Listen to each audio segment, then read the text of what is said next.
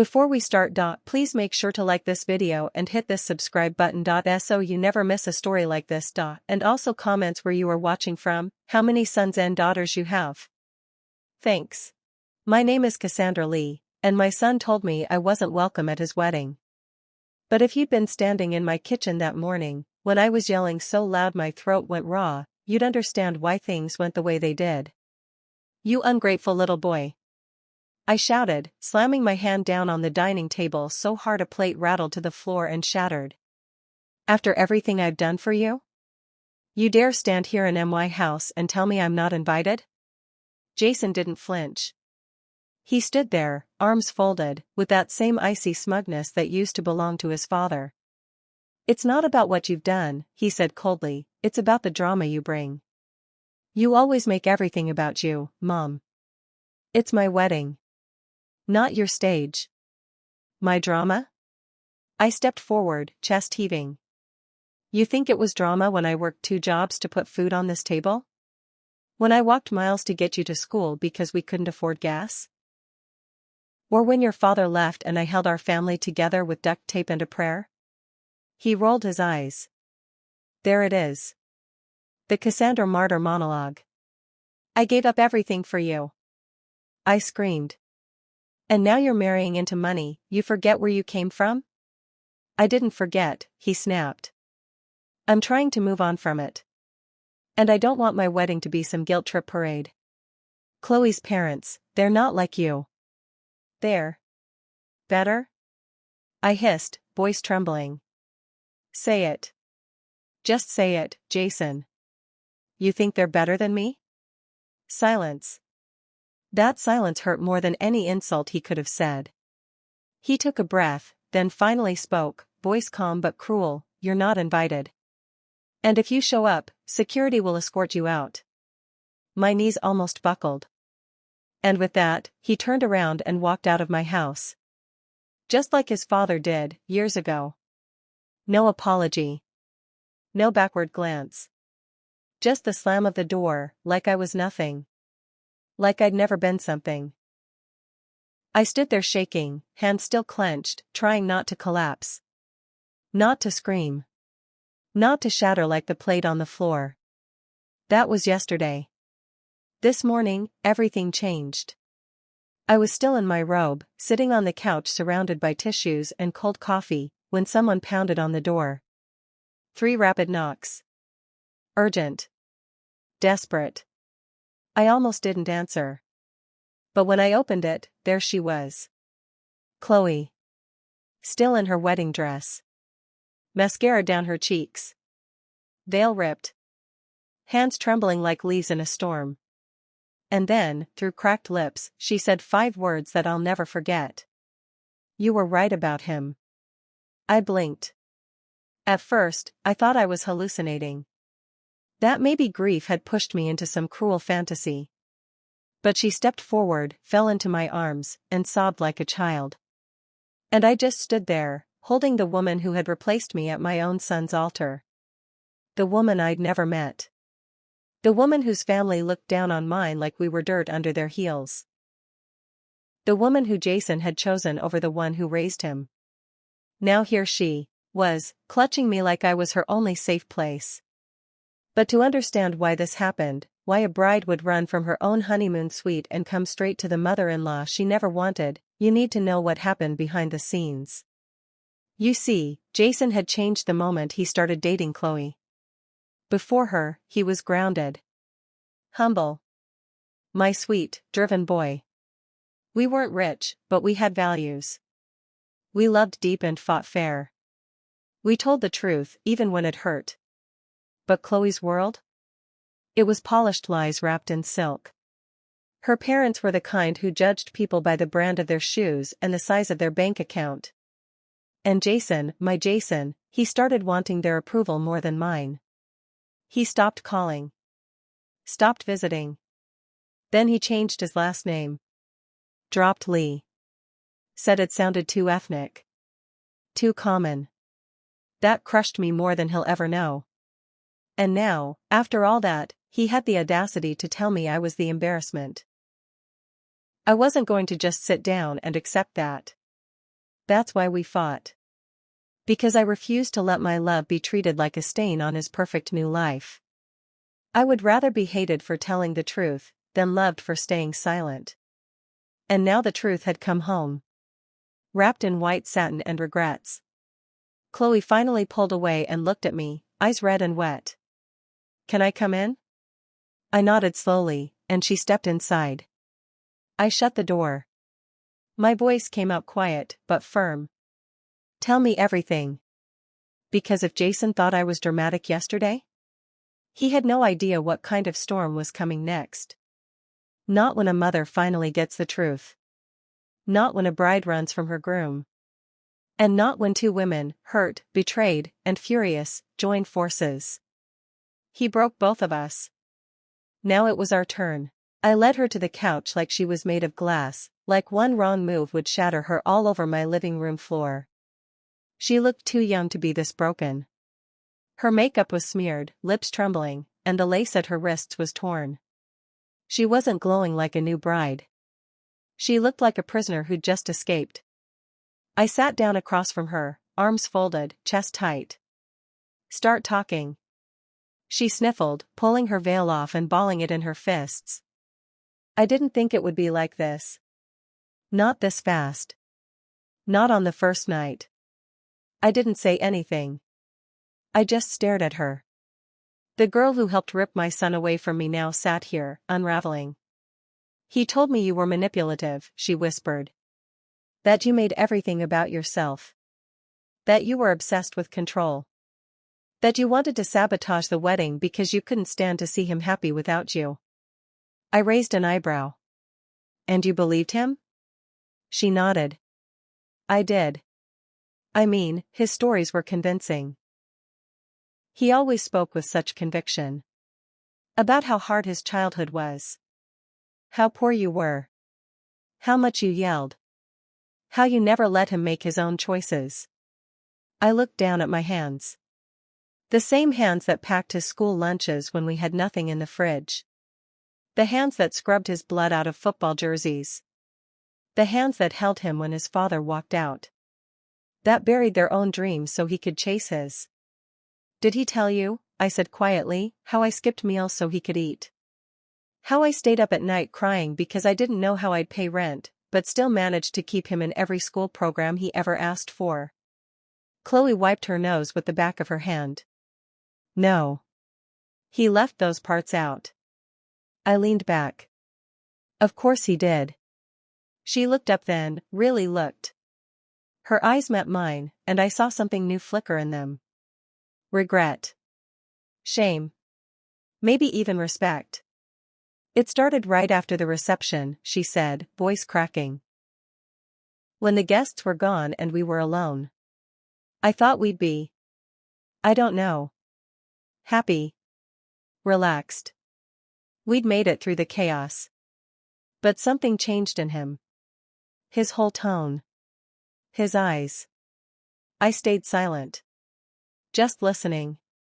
He started talking about how now things were going to be done his way. How we weren't going to see my friends so much anymore. How I needed to change how I dressed, that his parents thought I looked cheap in strapless gowns. My stomach turned. That sounded exactly like his father. Controlling. Cold. Calculated. He told me I was his now, she whispered. That if I ever spoke to my ex again, he'd make sure I paid. And when I laughed, thinking he was joking, he grabbed my wrist. Tight. Not playful. Not romantic. She choked. Like he owned me. I clenched my jaw. She looked up at me, eyes wide with guilt. I realized it then. Everything you said, everything you fought about with him, it wasn't you. It was him. You were the only one who saw it coming. I didn't feel victorious. I felt sick. I never wanted to be proven right this way. I didn't sleep last night, she said. I locked myself in the bathroom at the hotel. I just kept thinking, if this is how he treats me now, what happens when I make a real mistake? What happens when I can't be perfect? I reached for her hand. She flinched, then let me hold it. Sweetheart, I said gently, you didn't deserve that. Nobody does. She broke again. Collapsed forward, sobbing into her lap. All the perfect wedding dreams she'd built had crashed in less than 24 hours. And part of me, the raw, angry part, wanted to hate her. For believing him. For helping push me out of his life. For standing beside him while he humiliated me. But another part, the mother in me, just saw a girl in pain. A girl who'd been lied to. Just like I had been, once. After a long pause, she whispered, "Do you think he got it from his dad?" I swallowed hard. I think, he learned what power looked like from his father. And he liked it too much. I leaned back, staring at the ceiling. I stayed with that man for 9 years too long. Every time I was ready to leave, he'd pull me back with charm. Promises. Gifts. And when that didn't work, it was guilt. Gaslighting. Telling me no one else would ever love me. Chloe nodded slowly. That's how Jason talks too. Of course it is, I muttered. The apple doesn't fall far. We sat there in silence for a while, just breathing. Then I looked at her. What do you want to do, Chloe? Go back?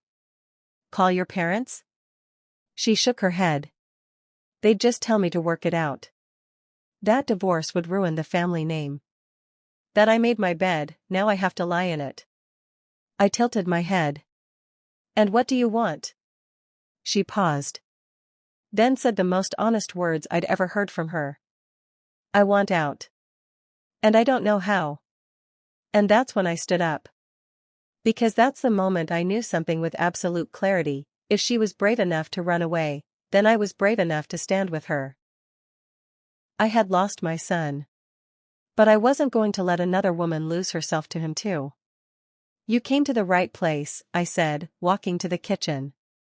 You want out? We'll get you out. But first. I turned around, holding up my phone. We're going to tell everyone exactly what happened last night. And for the first time that morning. Chloe smiled. Not because she wasn't broken anymore, but because now, at least, she wasn't alone. The post went live at 11:42 a.m. No fancy editing. No dramatic filter. Just Chloe's face, raw, swollen-eyed, hair still tangled from the night before, and her voice, trembling but steady. My name is Chloe Collins. Less than 24 hours ago, I married Jason Avery. And I'm here to tell you why I left him. That was all it took. 10 minutes later, the views were already climbing. Hundreds. Then thousands. Comments pouring in, some confused, others angry, but most of them stunned. I sat beside her on the couch as she talked, her hands gripping each other tightly in her lap, her gaze locked on the phone like it was the only anchor she had left. She told the truth. No dramatic music. No theatrics. Just truth. From the hotel room to the slammed bathroom door. From the bruises that didn't break skin to the words that cut deeper than fists. She didn't cry this time. And neither did I. We had done enough of that. By noon, people started calling. Jason first. Then his father. Then my sister. I let every call go to voicemail. Jason's messages came through rapid fire. What the hell is she doing at your house? Take that video down now. You're both insane. You think anyone's going to believe you? I swear, if you don't delete it, I'll sue you and her and every person who shares it. But there was one message, one voice memo, that stopped me cold. It was his voice. But this time, he wasn't shouting. He was crying. I didn't mean to scare her, okay? I don't know what happened. 1 second, we were fine, and the next, she's locking herself in the bathroom and texting you. Why would she do that? She's my wife now. She can't just leave me. I looked at Chloe. She didn't flinch. She didn't soften. She just hit delete. By 3 p.m., her parents were at the door. We'd expected fireworks. Screaming. Accusations. What we got was something else entirely. Her mother stepped in first, tall, rigid, designer coat clinging to her like armor. "Is she here?" she asked coldly. Chloe appeared from the hallway. Her eyes didn't lower. "I am." Her father looked like he hadn't slept in days. "Chloe," he said softly. "What's going on?" "You saw the video," she replied. Her mother scoffed. "We saw a breakdown." "That's what we saw." "I didn't break down," Chloe said, folding her arms. "I finally broke free." Her mother's nostrils flared. "Do you understand what this does to our name? To your father's reputation? You leave your husband the morning after the wedding and run into the arms of a woman who wasn't even invited?" "Because your precious son-in-law banned me," I snapped. Because he didn't want a single soul there who might tell Chloe the truth. Her mother turned to me. "You're the root of all this." I took a step forward. "No. I'm the one who opened the door when your daughter had no one else." Chloe stepped between us. "I'm not going back with you." Her mother's eyes narrowed. "We'll see what the lawyers say about that." "You can bring whoever you want," I said, stepping beside Chloe. "But she's not property. She's not a prize. And she's not going to be silenced." Her father stayed quiet, eyes flicking between his wife and daughter, then finally said, "We'll be in touch." And just like that, they were gone. The news broke later that evening. A wedding influencer, someone who'd filmed Chloe's rehearsal dinner, reposted the video with the caption, "Bride flees abusive groom on wedding night, finds unexpected support in groom's estranged mother." Overnight, it went viral. Within hours, thousands of people were sharing similar stories. People who'd seen red flags but stayed quiet. People who'd been shamed into marriages that didn't feel safe. People who watched their children become the worst parts of the parent they swore they'd never be. We didn't ask for a movement. But we got one. And Jason? He did what cowards always do. He doubled down. Posted his own video calling Chloe unstable, accused me of brainwashing her, claimed the real abuse was what he had suffered at our hands. He even went on a podcast trying to spin the story, said I was a bitter, jealous mother who couldn't let go, who tried to ruin his big day because I couldn't stand not being in control. But the world didn't buy it. Because screenshots don't lie. Because Chloe saved every threatening message he ever sent her. Because trauma speaks louder than charm. And the louder he shouted, the more obvious his guilt became. That night, as we sat on my porch watching the sun slip beneath the trees, Chloe looked over at me and whispered, "Do you think he ever really loved me?" I thought about that for a long time. Then said, "I think he loved the idea of you. But not the real you." She nodded. "I think I loved the idea of him, too." We sat there in silence, sipping tea like it was the only thing holding us upright. And then she said the 5 words that undid me completely. "You saved me from him." I looked at her, the girl who once believed the worst about me, and realized something neither of us had expected. She wasn't just my son's ex-wife. She had become my redemption. They say silence is peace, but I've learned it can also be pressure, the kind that builds between words you're too scared to say. For the next 2 days, the house was heavy with that silence.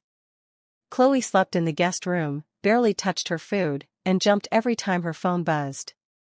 She deleted Jason's number, blocked every possible social account, but still, some part of her kept looking over her shoulder. Trauma doesn't disappear with a lock. It sits with you, breathes with you, sleeps beside you. I didn't push her. But I didn't coddle her either. I just kept showing up, sliding tea under the door, cooking meals she didn't ask for, folding the same blanket on the couch every night just in case she came out to talk. Then on the 3rd morning, something shifted. She stepped into the kitchen fully dressed, jeans, boots, no makeup, but her eyes sharp and clear. "I want to do something," she said. I put down my coffee. "What kind of something?" Her fingers tightened around her phone. Something that matters. Something that makes sure what happened to me doesn't happen to anyone else. I looked at her, not as Jason's bride, not as a runaway wife, but as a woman finding her fire again. And I said, then let's do it. We started with a list. Names. Dates. Screenshots. Memories. Every time Jason manipulated her. Every time he gaslit her. Every time she doubted her own mind because of something he planted. I don't want revenge, she said as she tapped through old texts. I want clarity. For me. For the next girl. For every woman who's made to feel like they're the crazy one. So we built a timeline. From the first lie, to the first bruise no one could see, to the night she ended up sobbing in my arms, mascara streaked and broken in a wedding dress. Then we made a plan. A blog. A video series. A digital library of stories from women who got out, and women who didn't. She called it the second door. It's what you gave me, she said with a soft smile. When the first door slammed shut, you opened another one. I don't cry easily. But that moment almost did it. Not because she gave me credit. But because she gave herself permission. It took less than a week before the blog took off. First it was a few hundred visitors. Then thousands. And then, reporters came calling. Podcasts. Women's rights organizations. Counseling centers wanting to collaborate. Even an attorney who specialized in emotional abuse cases offered to back her for free. But with the momentum came something else too. Threats. Anonymous emails. Ugly messages signed with burner accounts. And one envelope, hand-delivered, with nothing inside but a single photo of Chloe and Jason standing together at the altar, slashed through the middle. She froze when she saw it. I knew he'd find a way to retaliate, she whispered. I took the photo gently and burned it in the sink. Let him throw shadows, I said. We walk in light now, but there was one more confrontation we couldn't avoid. Jason's father. He showed up unannounced. Slick suit. Gold watch. Same smug arrogance that once convinced me he was someone worth trusting. He didn't even wait to be invited in, just walked right into my house like it was still his territory. This circus ends now, he said. Chloe stood from the couch. You don't get to silence me. He chuckled. You think anyone's going to take your little blog seriously once they see the real you? Spoiled. Weak. Trash. I moved between them before she could respond. You're done calling women trash, I said. You raised a son who hurts people and then plays victim. And you want to know why? Because you did the same thing. He narrowed his eyes. Careful, Grace. No. You be careful, I shot back. Because the world you used to run, the one where men like you got to decide what stayed hidden and who got to speak, that world is crumbling. And you better pray it doesn't fall on your head. He stared at me for a long moment. Then looked at Chloe. I gave you the wedding of your dreams, he sneered. You gave me a nightmare in a tuxedo, she answered. Now go. He did. But not before muttering one last threat under his breath. I hope you're ready for what's coming. We were. Because when you've lived through hell, a little fire doesn't scare you. That night, Chloe posted again, not crying this time, but calm, composed, clear. She showed the envelope. Told the story. Warned others. Named names. The video hit 1 million views in less than 24 hours. And Jason? He disappeared. Deleted every social profile. His firm distanced themselves publicly. A nonprofit pulled out of their contract with him. Rumors of internal investigations began circulating. Turns out the mask didn't just slip. It shattered. That weekend, Chloe and I stood on the stage of a women's shelter. She read letters from survivors. I read the one I wrote for my son years ago, the one I never got to send. The applause was thunderous. But that wasn't what mattered. What mattered was the line of women who came up after. One of them held Chloe's hand and said, "Because of you, I left yesterday." And Chloe? She didn't cry. She smiled.